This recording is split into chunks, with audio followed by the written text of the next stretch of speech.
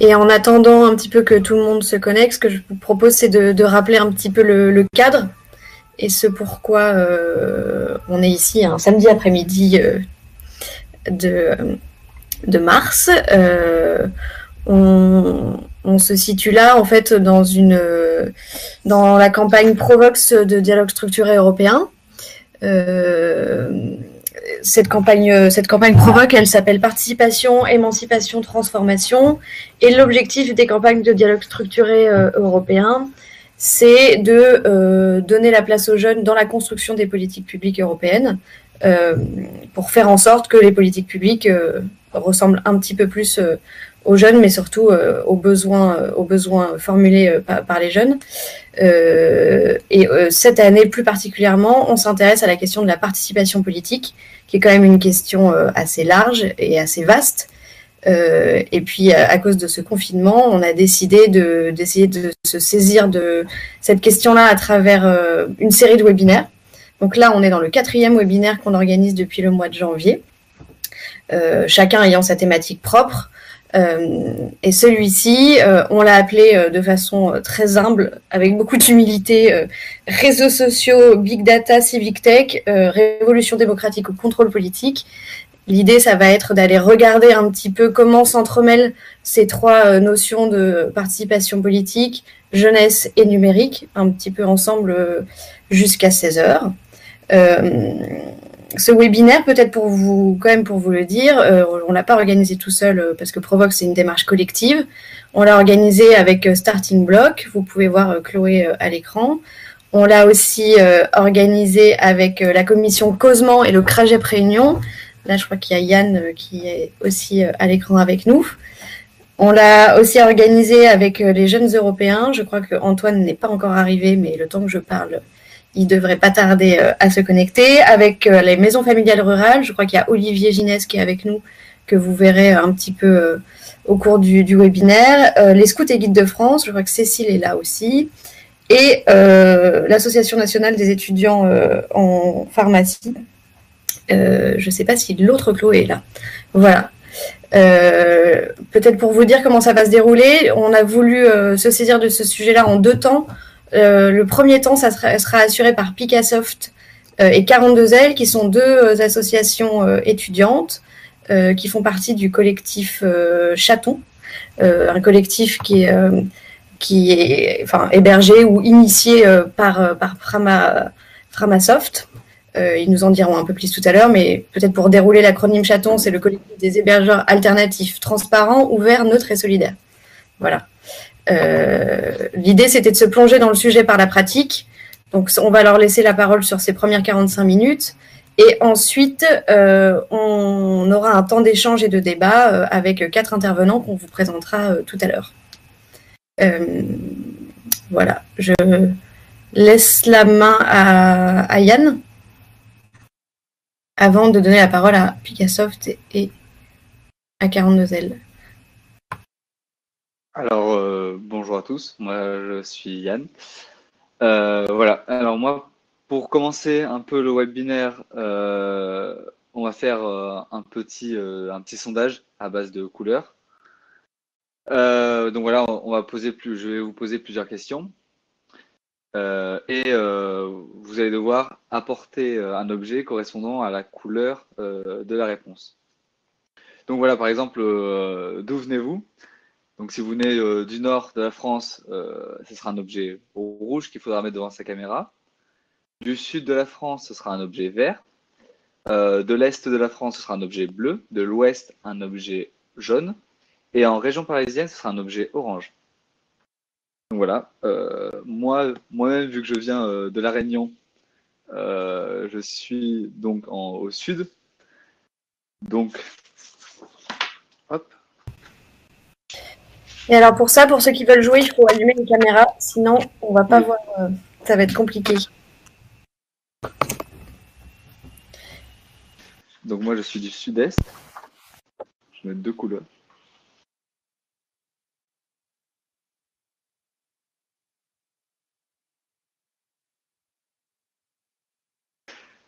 Donc ça commence. Ça commence bien.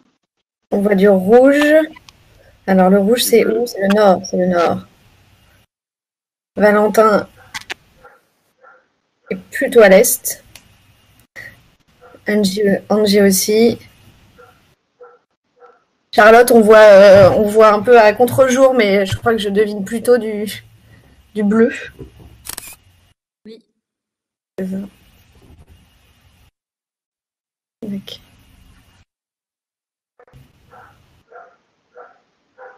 Ok, ok. On passe à la question suivante. Alors, alors quel âge avez-vous? Environ. Bah, environ. Vous connaissez votre âge, hein. Donc, pour les moins de 18 ans, ce sera un objet rouge. Pour les 18-30 ans, ce sera un objet bleu. Et pour les plus de 30 ans, ce sera un objet jaune. Alors, attends. Tu peux redire? Même moi, j'ai oublié les Ouais, couleurs. Ah, les frites, c'est joli. Ah jaune. non, c'est toujours le truc de banane. Les moins de 18 ans, c'est un objet rouge. Les 18-30 ans, c'est un objet bleu. Et les plus de 30 ans, c'est un objet jaune. Ouais, ouais. Doliprane, c'est du jaune. Un objet bleu. Voilà, une ceinture. Voilà. Ok, on est super. On est opérationnel. Merci Yann. Bon, et puis on rentre dans le vif du sujet en laissant la main à donc Romain de Picassoft et Neil et Brume de 42L qu'on ne voit pas, mais que vous allez entendre. Ils sont derrière nous en audio seulement. Je vous remercie. Merci beaucoup. Moi, c'est Neil de 42L. Et moi, Brume. Et donc moi c'est Romain de Picassoft. Donc, nous allons vous présenter un atelier sur les pisteurs. On va parler vraiment de concrètement qu'est-ce que le pistage sur Internet, d'où il vient, comment ça fonctionne, où est-ce qu'on en trouve exactement, et comment en fait ça se retrouve littéralement dans notre. Puis on va expliquer pourquoi et dans quel intérêt les entreprises du numérique mettent en place ce pistage, et enfin on va expliquer comment s'en défendre. Voilà. Donc on va directement rentrer dans le vif du sujet. Je vous propose qu'on passe directement à l'atelier des post-its. Romain, si ça te convient. Ouais, du coup, je vais vous mettre un lien dans. Je l'ai mis. Ah, alors, donc 42L a mis le lien déjà. Du coup, il va falloir ouvrir ce lien. Vous allez atterrir sur un tableau sur lequel vous allez pouvoir placer des post-its. Et donc, le but, ça va être de mettre sur des post-its des notions rapprochées de vie privée ou des notions que vous pouvez rapprocher de pisteurs. Par exemple, je sais pas moi, si vous pensez que les bananes, ça ressemble plus à la vie privée, bah, vous mettez un post-it avec banane dans vie privée. Et du coup, je vais vous laisser, on va dire, 1 ou 2 minutes pour faire ça, et après on fera le point sur ce que vous avez mis sur les post-it. Donc l'idée, Ok. c'est que vous vous demandiez qu'est-ce qui peut se rapporter exactement à la définition de vie privée et qu'est-ce qui peut se rapporter exactement à la définition de pisteur pour vous. Et ensuite, on va essayer de faire le bilan là-dessus.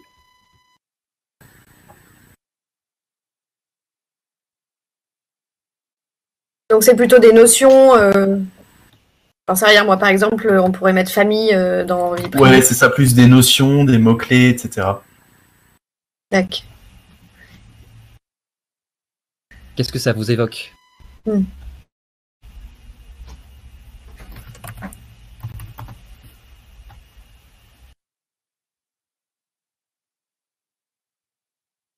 Super, ça commence à se remplir, très bien.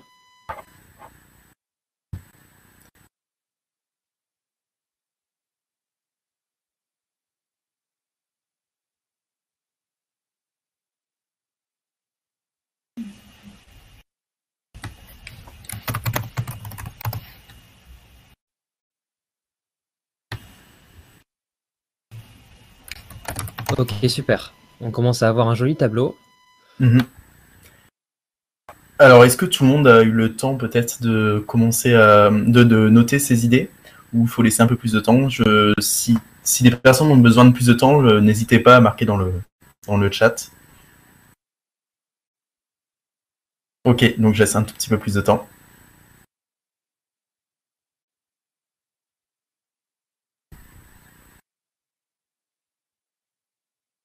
Quand c'est gratuit, c'est toi le produit.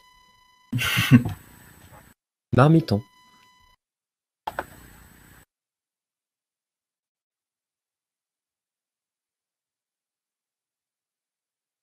Très bien, très bien.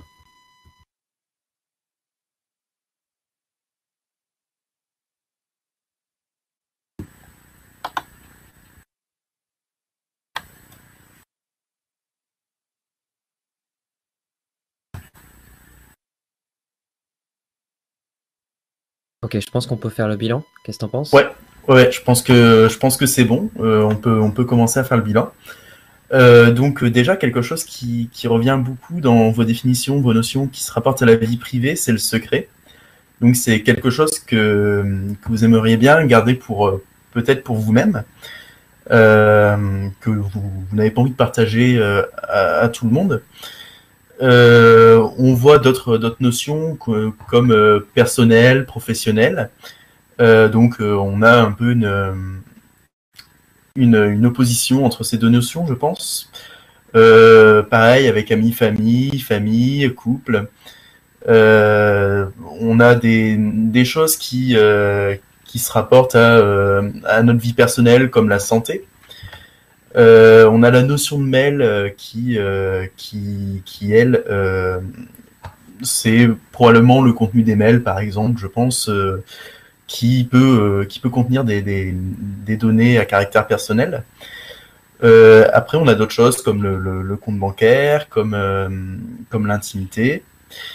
Et donc, on a d'autres choses, une autre catégorie de notions qui viennent, comme le chiffrement de bout en bout ou le logiciel libre, qui, eux, vont être plus, je pense, des moyens de protéger sa vie privée. Donc, c'est quelque chose qui revient souvent.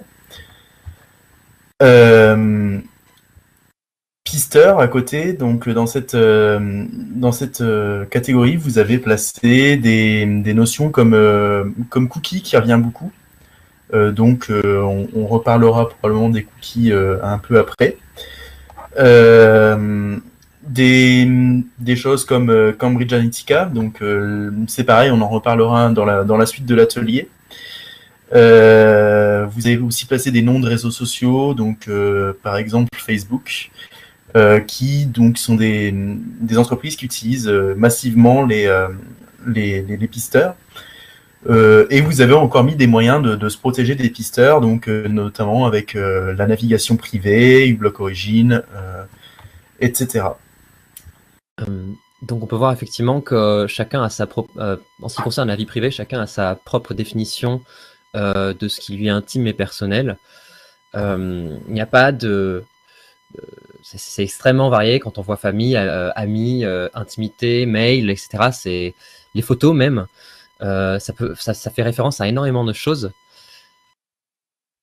Et donc, on peut considérer que effectivement, la vie privée regroupe toutes les informations que l'on considère comme à caractère personnel. Donc, ça peut être des coordonnées, des données médicales, des convictions religieuses, politiques, des relations familiales, amoureuses, etc. Et donc, oui. Ouais, dans les données personnelles, dans les données à caractère personnel, si on veut, par exemple, lire la définition de la CNIL, ça va être des données qui vont permettre de vous identifier, donc soit directement, soit indirectement, donc comme le nom, le prénom, le numéro de sécurité sociale, etc. Et ça peut vous permettre de vous identifier à partir d'une seule donnée, donc par exemple le nom, à partir d'une seule donnée, on peut vous identifier, ou à partir du croisement d'un ensemble de données. Donc, par exemple, en regardant, il est membre de telle association, il est né tel jour, etc. En croisant ces informations, on peut vous identifier. Donc, tous ces données-là peuvent faire partie des données qu'on peut placer dans la catégorie vie privée. Et comment croise-t-on les données? Eh bien, il existe sur Internet ce qu'on appelle des pisteurs. Et c'est justement ce qu'on essaye de définir à droite. Et donc là, on parle de cookies, de Google Analytics, ça parle principalement quand même de technologie, de choses un peu techniques. Hein. C'est pas, voilà, c'est pas si facile à aborder. En réalité, c'est vrai que c'est un procédé technique, un pisteur. C'est un bout de code dans une application qui a pour but de retracer vos activités. Donc, ça peut être vos mouvements, ça peut être vos habitudes de consommation, vos habitudes de vie. Par exemple, à quelles heures vous regardez votre téléphone, quels sont vos amis, quels sites vous consultez, de quoi avez-vous l'habitude de parler, etc. Et donc ces données sont généralement récoltées et stockées à chaque fois que vous naviguez sur un site internet ou sur une application en utilisant le numérique sans votre consentement ou avec votre avec le consentement qui est demandé de manière assez illégitime, dans le sens où ça va être une bannière cookie avec en gros un gros bouton accepter nos cookies et vous n'avez pas le droit de refuser. Voilà, donc il y a, c'est pareil pour j'accepte les conditions d'utilisation. Bon, qui a lu les conditions d'utilisation, qui sait quelle entreprise va, quel usage va être fait de nos données. Personne ne va généralement s'embêter à lire le charabia juridique que consiste en la politique de confidentialité du service que vous souhaitez utiliser.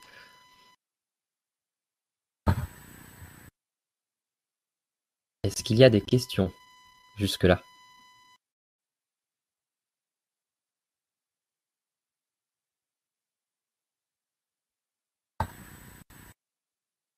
Très bien. Eh bien, on va pouvoir passer à la suite. Qu'est-ce que tu en penses, Romain? Ouais, moi je pense qu'on est bien là pour passer à la suite. Du coup, Brume, tu veux présenter pardon, tu veux présenter Exodus? Oui, alors donc on va vous parler d'une association qui s'appelle Exodus Privacy, qui a développé en fait une plateforme en ligne sur laquelle vous pouvez entrer le nom d'une application Android et voir quel pisteur elle contient. Donc on vous met le lien de cette plateforme dans le chat. Voilà. Et donc on vous invite en fait à renseigner le nom des applications que vous utilisez dans votre quotidien pour voir si ces applications contiennent ou non des pisteurs. Vous pouvez également voir quelles autorisations des applications possèdent. Alors bien évidemment, si par exemple Instagram possède le droit de prendre des photos, on peut se dire bon c'est logique puisque ça va être ce qu'on attend de lui. Mais si votre lampe torche par exemple demande à prendre des photos, là vous pouvez vous poser des questions. Il faut savoir aussi que ce ne sont uniquement des applications Android que vous pouvez rentrer sur cette plateforme, puisque Apple n'a pas donné son autorisation pour explorer le code comme ça, l'auditer exactement, et donc en fait ça sera illégal. Donc cette plateforme ne faisant pas d'action illégale, il n'est pas possible de regarder le contenu des applications d'Apple, mais ça ne veut pas dire qu'elles ne possèdent pas de pisteur non plus. En fait, en général, elles ont des équivalents Android, Apple, et donc vous pouvez voir sur l'équivalent et vous pouvez vous douter que c'est un petit peu... Donc vous verrez que si par exemple vous recherchez des applications comme l'application Facebook, vous verrez qu'en fait Facebook ne contient pas de pisteur. C'est très étrange, hein. Et bien en fait c'est parce que Facebook est le pisteur lui-même, c'est-à-dire que à chaque fois que vous entrez les données sur l'application, en fait Facebook n'a pas besoin d'intégrer des pisteurs dans son application, puisque vous entrez directement les données dans Facebook. Donc Facebook a déjà beaucoup de permissions sur votre téléphone, il y en a 56 qui lui permet notamment d'avoir votre géolocalisation, d'avoir accès à vos photos, accès à vos contacts, ce genre de choses, et ça fait partie du fonctionnement de l'application. Il y a aussi le fait que Facebook est en réalité va en réalité mettre ses applications à lui dans d'autres applications. Parce que, en fait, ce qui est important à comprendre dans cette histoire de pisteur, c'est que ce sont des bouts de code que des développeurs intègrent lorsqu'ils créent une application, notamment pour faire des analyses marketing sur quel est le public cible et quel genre de public utilise l'application. Et en fait, ces bouts de code sont gérés par Google et Facebook notamment.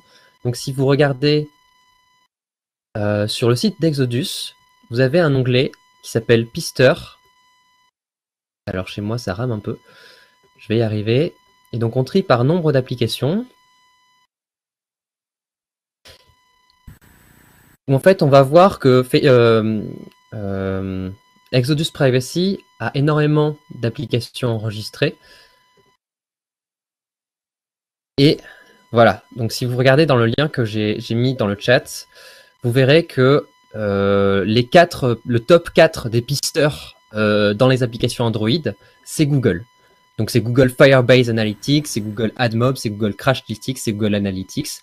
Donc c'est des noms qu'on a retrouvés dans la définition de pisteur dans le post-it, l'atelier post-it tout à l'heure. Tu as un problème, Romain? Non, je n'ai pas de problème. Ok. C'est l'écran de qui? C'est votre écran? Ce n'est pas mon écran. Ah, et du coup, ça ne fonctionne pas apparemment. Chez moi, ça marche. Ah, c'est bon. Je t'invite à trier par nombre d'applications. Ah, et donc on a plusieurs personnes dans le chat qui ont la Même même erreur, c'est erreur. ça. Je crois que c'est donc- parce qu'on leur a demandé d'aller tous en même temps sur le site, c'est peut-être Ouais, pas une bonne chose. peut-être que. Donc en fait, je vais résumer ce qu'on voit sur cet écran, c'est qu'en fait on voit que Google Firebase Analytics, c'est le pisteur numéro 1 présent sur 45 000 applications analysées par Exodus. Donc la moitié des applications analysées par Exodus, Exodus en a analysé environ 100 000 visiblement. Et voilà, donc Google Firebase Analytics est absolument partout. En deuxième position, on a AdMob à 44% de présence sur toutes les applications Android. Google Crashlytics et Google Analytics qui sont à 32% et 23% respectivement. En dessous, on a Facebook Login, Facebook Share, Facebook Analytics qui sont également présents dans les applications. Et donc en fait, ces pisteurs-là, ils sont intégrés volontairement par des développeurs qui n'ont pas forcément conscience de l'impact que ça va avoir sur la gouvernance des données, c'est-à-dire qui va avoir accès à ces informations-là. Et donc, en fait, on se rend compte que tout le pistage est centralisé chez Facebook et Google. Donc, ça ne fonctionne pas chez moi non plus, donc je peux pas faire le partage d'écran. Ok. Néanmoins, j'ai vu plusieurs questions j'ai vu des questions dans le chat, notamment donc Eva qui demandait ce que ça voulait dire permission. Donc une permission, ça va être donc comme son nom l'indique, en fait pour une application qui veut par exemple accéder à votre microphone ou à votre caméra, il va falloir lui donner la permission de le faire, c'est-à-dire que par défaut elle n'a pas le droit de le faire. Et certains développeurs peuvent demander à Android, donc finalement à l'utilisateur, la permission d'utiliser ces éléments. Donc ça peut être passer des appels, envoyer des SMS, regarder la liste des contacts, etc. Et du coup, il faut se méfier parce que certaines fois, on a des applications qui n'ont par exemple pas besoin d'avoir l'accès aux appels et qui quand même demandent cet accès-là. Donc, il faut se demander ce que peut faire cette application avec cette permission. Et j'ai vu aussi donc Cécile qui disait SNCF 8 pisteurs. Donc ouais, c'est vrai que c'est des applications dans lesquelles on peut ne pas s'attendre à avoir autant de pisteurs, et pourtant il y en a. Donc des applications pareilles comme Météo France pour laquelle on s'attend à une application qui est plutôt propre au niveau des pisteurs, ont beaucoup de pisteurs. Et donc Nina qui a une question. Alors la permission d'accéder au microphone. Est-ce qu'elle peut le faire quand le téléphone n'est pas actif? Donc je suis peut-être pas assez bon pour savoir, mais il me semble que oui. Alors, ça dépend si c'est l'application d'être l'autorisation que l'application tourne en arrière-plan est également été conjointement donnée à cette autorisation. C'est-à-dire que l'application peut avoir le droit de tourner en arrière-plan sur ton téléphone également et de se lancer au démarrage de ton téléphone. C'est le cas de beaucoup d'applications qui, alors c'est par but, c'est pour des fins d'expérience utilisateur. Par exemple, Facebook qui va automatiquement se connecter au serveur de Facebook lorsque vous allumez votre téléphone, juste pour voir si vous n'avez pas de notification, hein, par exemple. Et aussi pour indiquer à Facebook que vous vous êtes connecté à telle heure, depuis tel endroit, etc. Donc en fait, voilà, c'est effectivement le genre de données qui peut être enregistré. C'est aussi le cas des assistants numériques comme OK Google, qui peuvent paraître assez marrants à première vue comme ça, mais qui ont le droit d'exécuter des tâches de fond pour diverses raisons. et à laquelle vous donnez forcément en fait le droit d'utiliser le microphone puisque c'est un assistant vocal. Donc voilà. Je vous propose qu'on passe à la suite de l'atelier si vous n'avez plus de questions.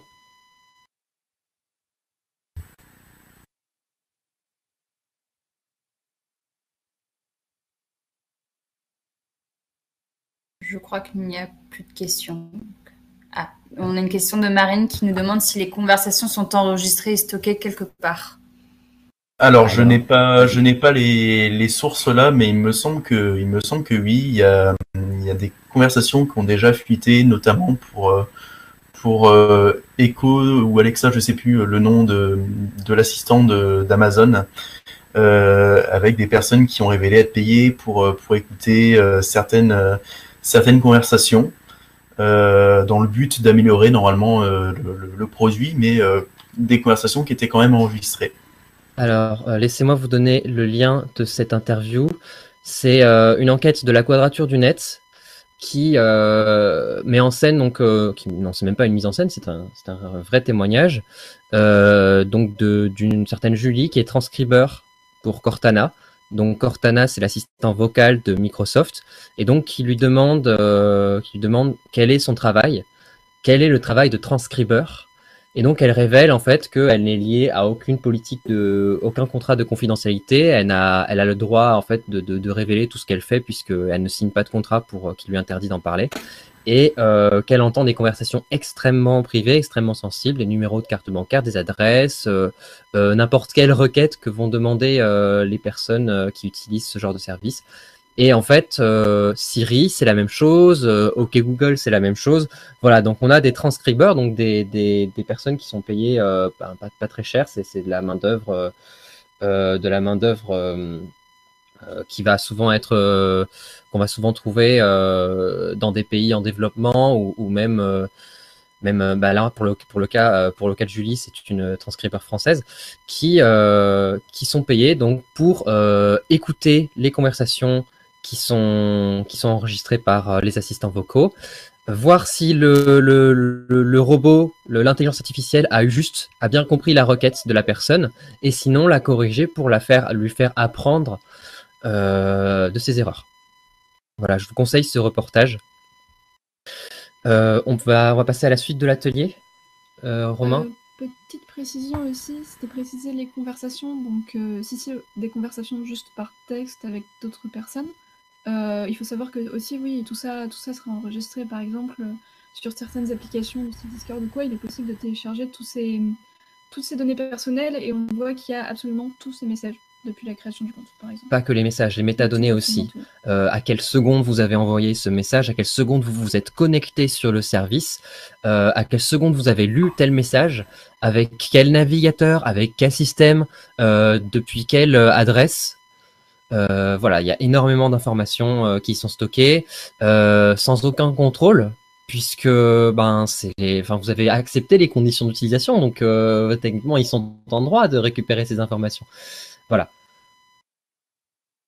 Ok, donc je vois que Valentin est en train d'écrire, donc si encore une question, on peut y répondre, sinon on passera à la suite de l'atelier.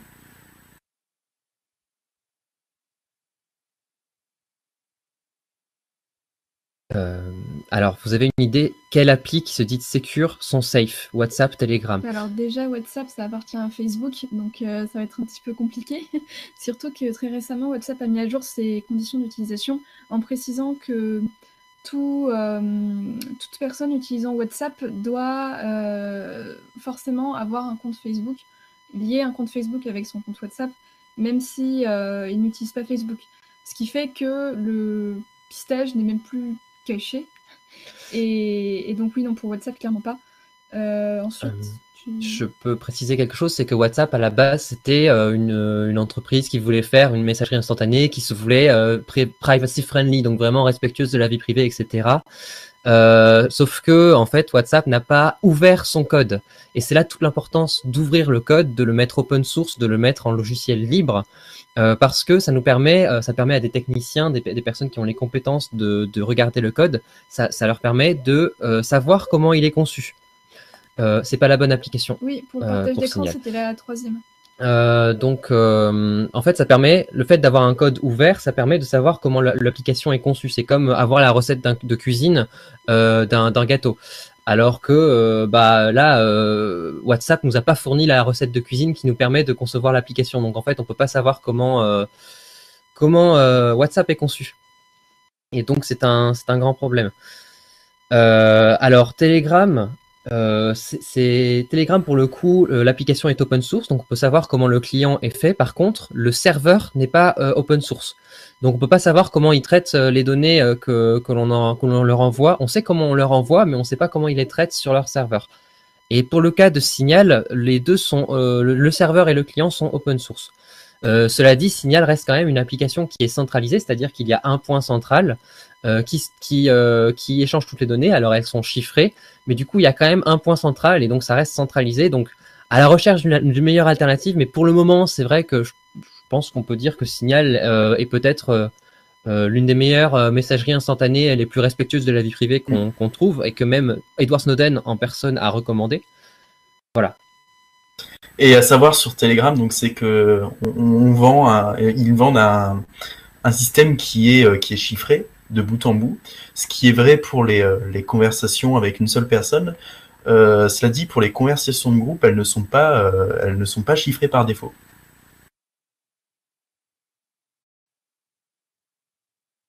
Voilà, je propose qu'on passe à la suite de l'atelier.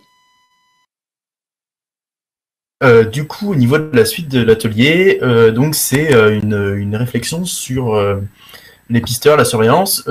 Quel but ça a tout ça en fait? Parce que c'est bien, on a vu que ça existait, mais ça n'existe pas pour rien. Donc on peut se poser la question. Le but en fait de tout ce pistage, de toute cette surveillance, c'est d'établir des habitudes de vie, ce qu'on appelle des life patterns, qui vont aider à prédire ce que vous aimez, ce que vous aimerez peut-être potentiellement plus tard, et de faire de l'argent avec ces prédictions, donc de les monnayer. Et c'est quelque chose que Shoshana Zuboff, donc désolé pour la prononciation, elle est peut-être pas trop bonne, une professeure à Harvard a décrit sous le nom de capitalisme de surveillance. Et c'est donc un processus qui va transformer les comportements présents, les comportements actuels, en une prédiction monnayée de nos comportements futurs. Et donc tout ça, qu'est-ce que ça a comme eh ben, ça veut dire que on peut dire en fait, on peut dire que c'est bien parce qu'on a des publicités qui nous ressemblent. C'est pratique, on n'a plus besoin d'aller chercher sur internet ce qu'on veut et puis ça nous fait gagner du temps. Mais le problème, c'est qu'on perd en fait une liberté, on perd notre libre arbitre et on est complètement soumis à une sorte de manipulation. Donc on va nous dire quel article il faut acheter, pour qui on peut voter potentiellement, pour quel événement on pourrait s'inscrire, etc. Et c'est totalement le cas d'un scandale qui a éclaté pendant alors pas la dernière, mais celle d'avant, la présidentielle américaine, qui est le scandale Cambridge Analytica. Donc Cambridge Analytica, c'est une société de publication stratégique qui va croiser des informations. Donc on en a parlé dans la première partie. Donc plusieurs informations qu'elle peut recueillir sur des réseaux sociaux comme Facebook et qui va établir des profils psychologiques pour cibler des populations et pouvoir les influencer lors des élections. Donc c'est un scandale qui a éclaté pour des manipulations de vote qui a mené les personnes à voter pour Donald Trump. Et donc encore aujourd'hui, des entreprises comme Facebook utilisent ces algorithmes de prédiction pour orienter notre pensée, pour en fait nous montrer du contenu qui nous correspond. Et ça crée donc de la manipulation.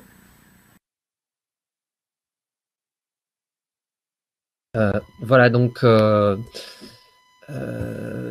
on va pas parler de, enfin comment dire, on va En fait, tout ça, c'est pas une histoire de complotisme, hein, c'est-à-dire qu'on se base vraiment sur des faits réels, hein. Je vous invite également à vous renseigner sur Edward Snowden, qui est un lanceur d'alerte.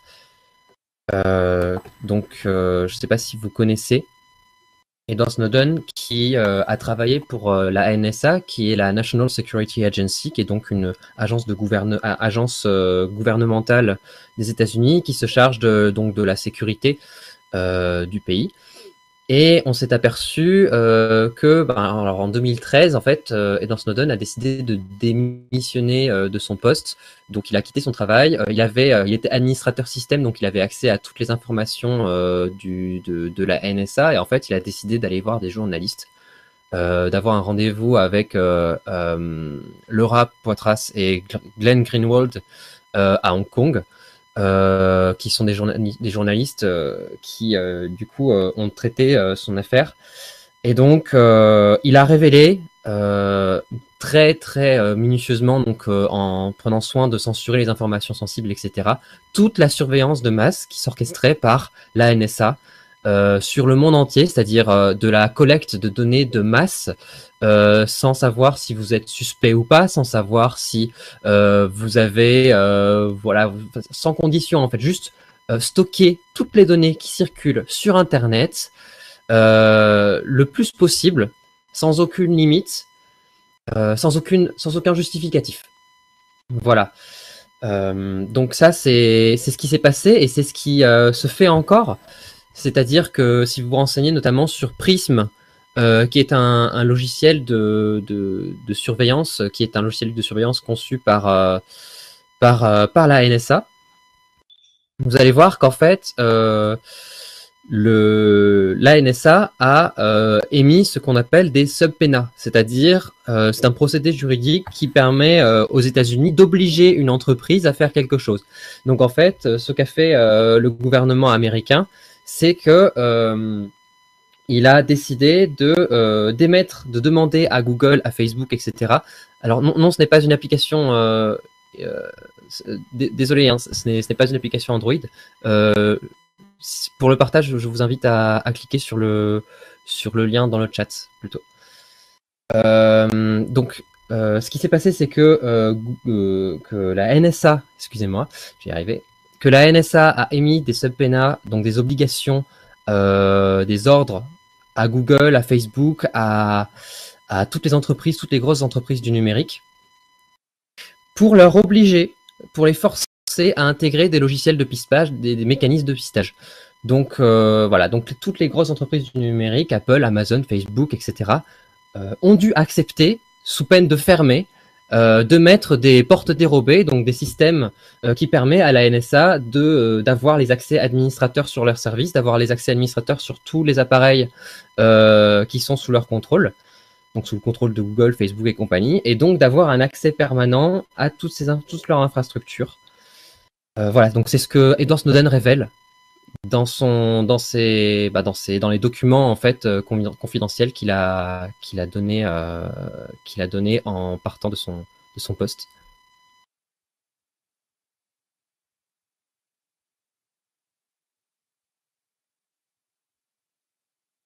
Voilà, je sais pas si Romain, tu veux rajouter quelque chose.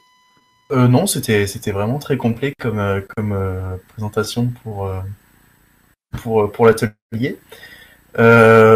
Si vous avez des questions sur ce qu'on vient de dire ou sur ce qu'on a fait avant, ce qu'on a dit avant, faut pas hésiter. Sinon, on peut vous parler un peu plus d'autres choses en rapport avec l'autodéfense numérique. Voilà, donc on va présenter effectivement comment se défendre en fait de tout ça, parce que là on a présenté des faits, on a présenté exactement comment le pistage se met en place sur Internet, dans quelle fin, dans quel but. Et maintenant, on peut vous présenter quels sont nos moyens à nous en tant que personnes qui n'ont pas forcément envie de passer son temps à se protéger sur Internet parce que c'est extrêmement compliqué, c'est extrêmement difficile. En fait, on propose des moyens très simples, accès grand public pour se protéger du pistage sur Internet. Alors, on a Marine qui demande si on pense que la prise de conscience est une défense en soi. Moi, je pense que c'est un premier pas, mais seul, ça suffit pas. Ça, c'est déjà une bonne chose, c'est-à-dire qu'il y a plein de gens qui pensent vraiment que Google a de très bonnes intentions, que Google vraiment, il y a marqué, regardez, il y a marqué, on respecte votre vie privée, ça veut dire que c'est vrai, ça veut dire qu'il faut leur faire confiance. Voilà, nous, ce qu'on vous propose, c'est d'aborder ça d'un autre angle de vue. On vous donne des éléments supplémentaires pour alimenter la réflexion sur ce sujet. Et effectivement, est-ce que Google est vraiment si gentil que Google le prétend? Eh bien, on peut se poser la question. Je pense que ça vaut le coup de se poser la question. Voilà, donc on va partir rapidement sur les trucs et astuces. Alors déjà, on vous recommande quelques... Alors déjà, peut-être des structures. Ouais, on parlait de Framasoft et des chatons. Ouais, on peut carrément faire ça. Donc, on est carrément dans le sujet. Donc, on a vu que des structures comme les GAFAM, c'était facile de leur imposer d'intégrer des portes DOB dans leur service. Et donc, du coup, l'idée, c'est d'un peu décentraliser tout ça, d'avoir des acteurs qui ont beaucoup moins de pouvoir, beaucoup moins d'influence. Et du coup, c'est totalement l'objectif de ce que faisait Framasoft et aujourd'hui du collectif des chatons, donc le collectif des hébergeurs alternatifs transparents, ouverts, neutres et solidaires.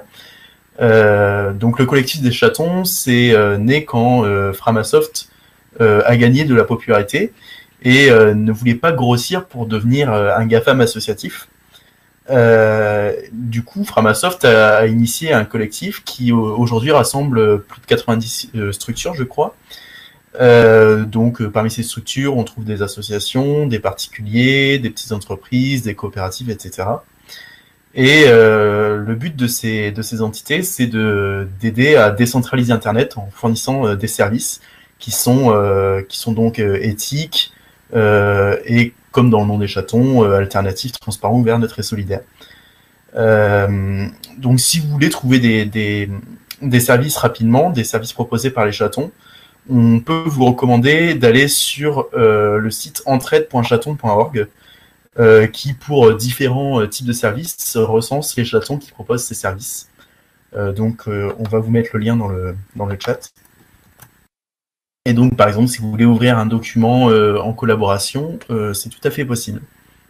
Il y a plein de services qui sont listés. Et sur chaton.org, vous trouvez la liste des chatons et les services que chaque chaton propose.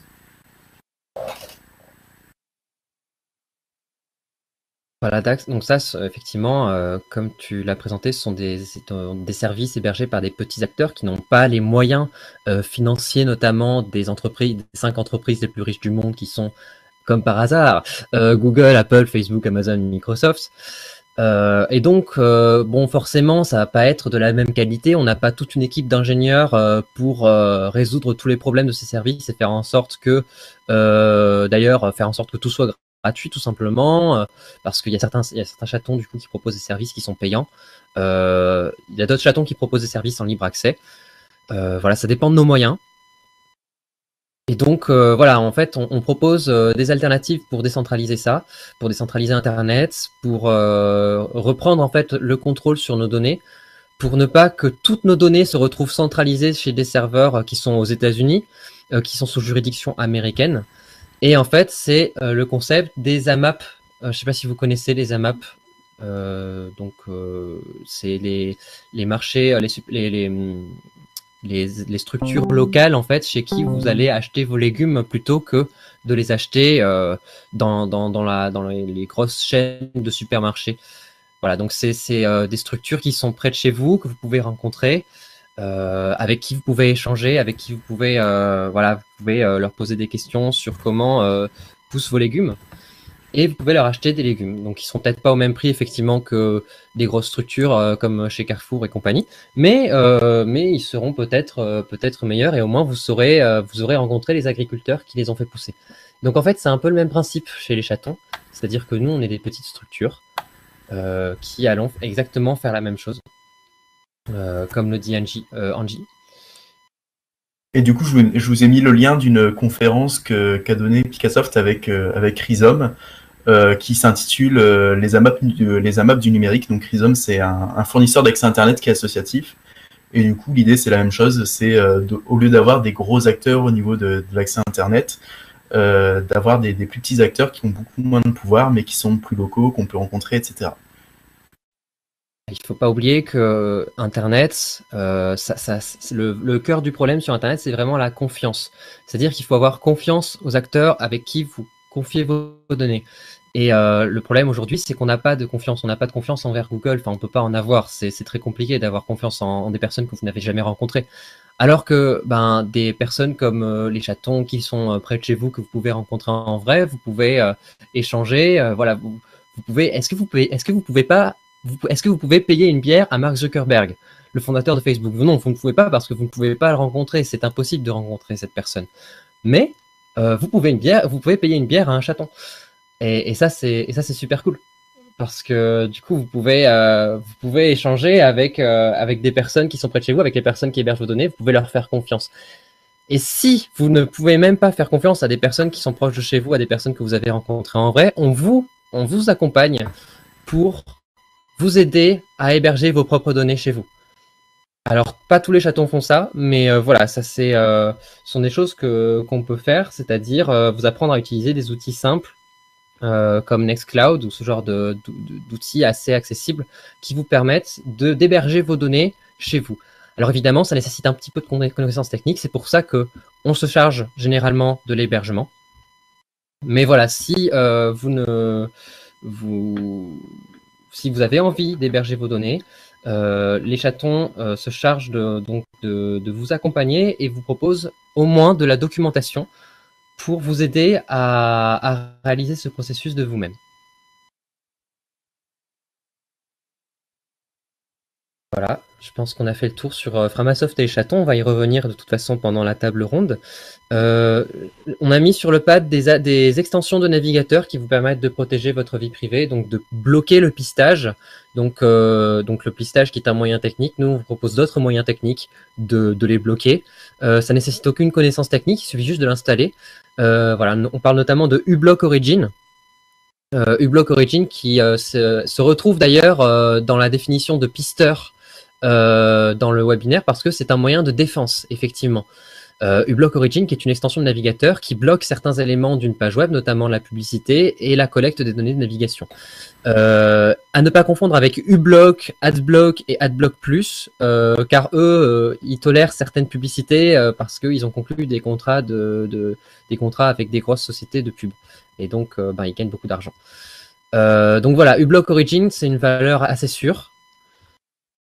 En tout cas pour le moment, et depuis un certain nombre d'années, Flies, qui va limiter les requêtes à des sites tiers. On va peut-être pas parler de l'aspect technique de leur procédé de défense, mais c'est quelque chose c'est un système auquel on a confiance, effectivement. HTTPS Everywhere et NoScript. Alors NoScript, c'est un peu plus technique peut-être à utiliser, à installer, mais voilà, en tout cas uBlock Origin, c'est très bien. Privacy Badger, qui est aussi développé par le FF, effectivement, c'est une bonne référence.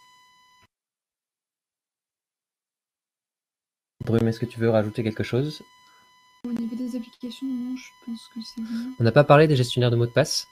Non, on n'a pas parlé des gestionnaires de mots de passe. Après, donc ce qu'il faut savoir sur les mots de passe, c'est qu'un bon mot de passe, c'est un mot de passe qui va être long et qui va être unique, bien sûr, et qui va être le plus aléatoire possible, c'est-à-dire que on va pas le deviner à partir de votre date de naissance ou le nom de votre chien, par exemple.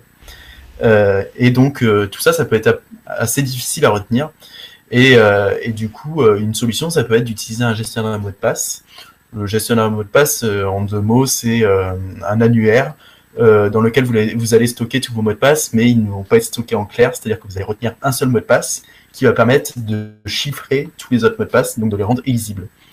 Et donc, au niveau des exemples de gestionnaire de mots de passe, nous, ce qu'on peut vous conseiller, c'est des gestionnaires de mots de passe auxquels vous pouvez faire confiance parce qu'ils sont libres, leur code est ouvert, vous pouvez voir comment ils fonctionnent.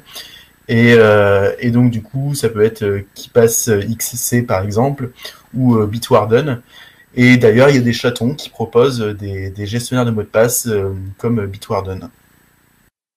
Donc Voilà. on a Enzo qui parle de KeePass, donc KeePass c'est pareil, c'est un gestionnaire de mots de passe qui est libre, donc c'est très bien. Je vous remercie de votre attention. Je pense qu'on a fait le tour de tout ce qu'on avait à dire. Si vous avez des questions, n'hésitez pas.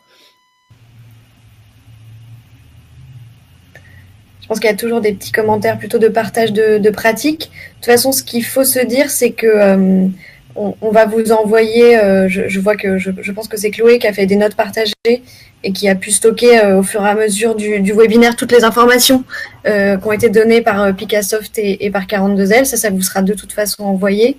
On peut attendre quelques minutes s'il y a des questions. Et puis après, on va passer à la discussion. Mais c'était super. On a appris plein de choses.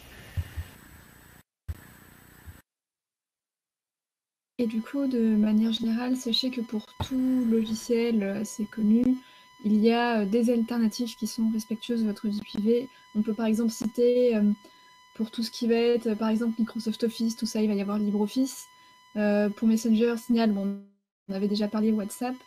Alors, c'est plutôt l'inverse. Pour Messenger et WhatsApp, Oui, il y a pardon. Signal, effectivement. Pour Messenger et WhatsApp, Signal, oui, je me suis un petit peu cafouillée.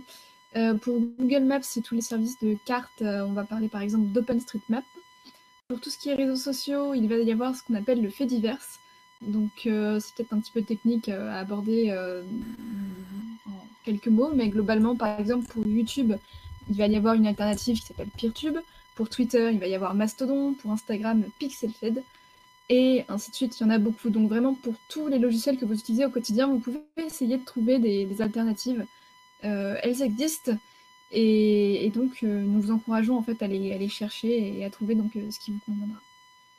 Voilà, après, tout est une question de compromis. Effectivement, ce ne sont pas des services qui sont maintenus par des géants qui ont la qualité de service, pas forcément, ils n'ont pas forcément systématiquement la qualité de services développés par de très grosses entreprises, notamment Google et compagnie. Mais voilà, en fait, c'est une question de trouver l'équilibre entre le confort et le contrôle. Donc, le confort d'avoir tous les outils qui fonctionnent sans aucun problème, qui sont tous connectés au même compte Google, comme ça vous avez qu'une seule porte d'accès, et puis tant pis pour le pistage. Et le contrôle, qui est le fait de reprendre, justement, de reconquérir votre vie privée avec des alternatives, et donc ça vous demande un peu d'effort, mais ça vous permet de reprendre un petit peu le contrôle de votre vie privée. Donc c'est juste une question d'équilibre entre le confort et le contrôle. À vous de trouver cet équilibre. Et nous sommes prêts à vous accompagner pour cela.